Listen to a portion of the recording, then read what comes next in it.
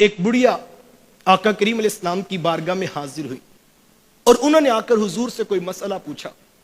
میرے حضور نے ان کو مسئلہ بتا دیا. وہ ماں جی واپس پلٹنے لگی تو پتہ نہیں ان کے دل میں کیا خیال آیا, وہ حضور کے پاس یوں واپس آ گئی اور آ کر عرض کرتی ہیں کہ حضور جی آج آئی تھی اور آپ سے ملاقات ہو گئی اور آپ نے مسئلہ بھی بتا دیا. اگر دوبارہ کبھی ضرورت پڑ جائے تو میں آؤں تو پھر کس سے پوچھ لوں؟ تو حضور میں کوئی بات نہیں, اگر دوبارہ آنا ہوا, ہم نہ بھی ہوئے تو ہمارے ابو بکر تو بیٹھے ہوں گے نا, ان سے آ کر پوچھ لینا. اللہ اکبر. قرض کی باری تو جناب ابو بکر کا نام, دین کے مسئلہ کی باری تو جناب ابو بکر کا نام. اللہ اکبر. آگے بڑھیے. میرے حضور کے اوپر نقاہت اور کمزوری ہے اور میرے محبوب علیہ السلام سے اٹھا نہیں جا رہا.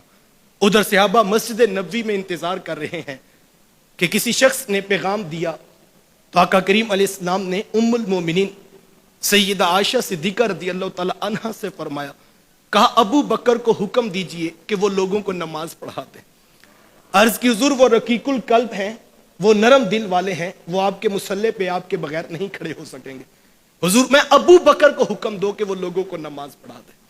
اور ایک مقام پر فرمایا کہ کسی قوم کے لیے جائز نہیں کہ ان کے درمیان میں ابو بکر موجود ہو اور کوئی اور مصلے پہ کھڑا ہو جائے.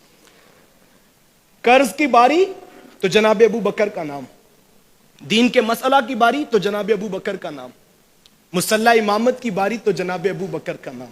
اس سے آگے کی بات سنیے.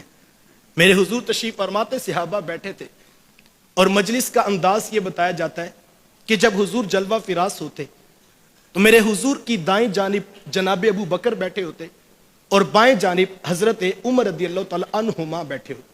یہ مجلس کا انداز بتایا جاتا ہے. اچھا, صحابہ فرماتے کبھی ایسا بھی ہوتا کہ محفل پر خاموشی چھائی ہوتی اور کوئی بات بھی موضوع سخن نہ ہوتا, سب صحابہ چپ کر کے بیٹھے ہوتے, خاموش بیٹھے ہوتے. ہوتا نا بعض اوقات محفل میں کوئی بات نہیں چل رہی ہوتی, سارے چپ بیٹھے ہوتے. صحابہ فرماتے محفل پہ خاموشی چھائی ہوتی تو پھر کیا ہوتا, حضور اپنا رخ کرم دائیں جانب جناب ابو بکر کی طرف کرتے. پہلے حضور حضرت ابو بکر کو دیکھتے, پھر حضرت ابو بکر حضور کو دیکھتے. پہلے حضور مسکراتے, پھر جناب ابو بکر مسکراتے. صحابہ فرماتے ہمیں مسکراہٹ کا راز تو سمجھ نہ آتا, لیکن دونوں شخصیات کو مسکراتا دیکھ کے ہم بھی مسکرا لیتے. کہا پھر حضور رخ کرم بائیں جانب جناب عمر رضی اللہ تعالی عنہ کی طرف کرتے. پہلے حضور مسکراتے, پھر جناب عمر مسکراتے. فرماتے ہمیں مسکراہٹ کا راز تو سمجھ نہ آتا, لیکن دونوں شخصیات کو مسکراتا دیکھ کے ہم پھر مسکرا لیتے. میرے امام بولے جس کی تسکین سے روتے ہوئے ہنس پڑے, اس تبسم کی عادت پہ لاکھوں سلام. اللہ اکبر. مسکرا بھی لیجئے, یہ بھی حضور کی سنت ہے. اللہ اکبر. غریب صحابہ نے پوچھا تھا نا کہ حضور ہم تو اتنے غریب ہیں, مال خرچ نہیں کر سکتے. امیر صحابہ اتنا مال خرچ کرتے ہیں اور اتنی نیکیاں کما لیتے ہیں, اور ہمارے پاس تو اتنے درہم اتنے دینار نہیں ہیں. تو حضور فرمایا کہ تم اتنے غریب تو نہیں ہو کہ تمہارے لبوں پہ مسکراہٹ بھی نہیں آ سکتی. اپنے مومن بھائی کو مسکرا کے دیکھ لیا کرو, اللہ کے ہاں یہ بھی صدقہ لکھا جاتا ہے. رک کر جملہ کہنا چاہوں گا, یار کسی مومن کو دیکھیں تو صدقے کا ثواب ہوتا ہے. ذرا مجھے بتائیے نبیوں کے امام کو مسکرا کے دیکھیں پھر کون سا ثواب ہوتا ہے؟ اور حضرت ابو بکر حضور کو مسکرا کے دیکھ رہے ہیں. مجلس کا انداز یہی تھا کہ دائیں جانب جناب ابو بکر بیٹھتے, بائیں جانب حضرت عمر رضی اللہ تعالی عنہما بیٹھتے. صحابہ فرماتے کہ ایک مجلس لگی تھی, کوئی شخص حضور کی بارگاہ میں کھجوروں کا تحفہ لے کر آ گیا.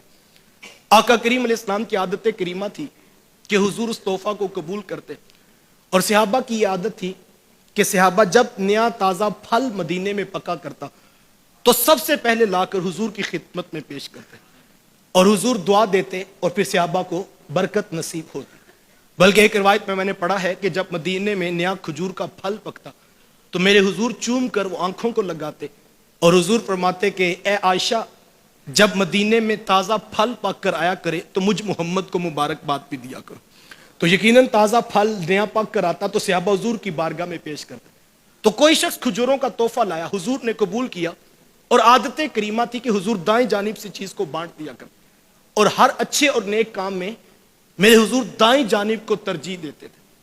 اچھا, اب حضور علیہ السلام نے دائیں جانب سے بانٹنا چاہا تو یہ تو بات آپ کو سمجھ لگ گئی ہوگی کہ جب حضور وہ تبرک بانٹتے ہوں گے تو بھلا سب سے پہلے کس کو ملتا ہوگا؟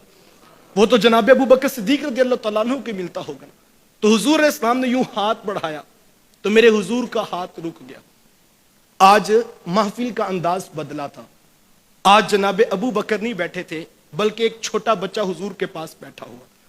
یہاں سے یہ بات بھی سمجھ آئی کہ مجلس رسول میں کوئی فکسیشن نہیں تھی کہ یہاں جناب ابو بکر نے بیٹھنا اور کوئی بیٹھ نہیں سکتا. یہ تو ہمارے سٹیج کا حال ہوا نا, یہاں ایم پی اے بیٹھے گا, یہاں ایم این اے بیٹھے گا, اور یہاں جس کی جیب میں نئے نوٹ زیادہ وہ بیٹھے گا. یہ ہم نے تقسیم کیا ہے. لیکن حضور کی مجلس, اللہ اکبر, ذرا ایک لمحے کے لیے سوچئے کہ امام الانبیاء کی محفل ہو اور ایک چھوٹا بچہ میرے حضور کے ساتھ جڑ کے دائیں پہلو میں بیٹھ جائے تو کوئی اس کو اٹھاتا نہیں کہ تم یہاں پر کیوں بیٹھے ہوئے. تو آقا کریم علیہ السلام نے یوں ہاتھ بڑھایا تو میرے حضور کا ہاتھ رک گیا. چونکہ آج جناب ابو بکر نہیں بیٹھے تھے بلکہ ایک چھوٹا بچہ بیٹھا ہوا.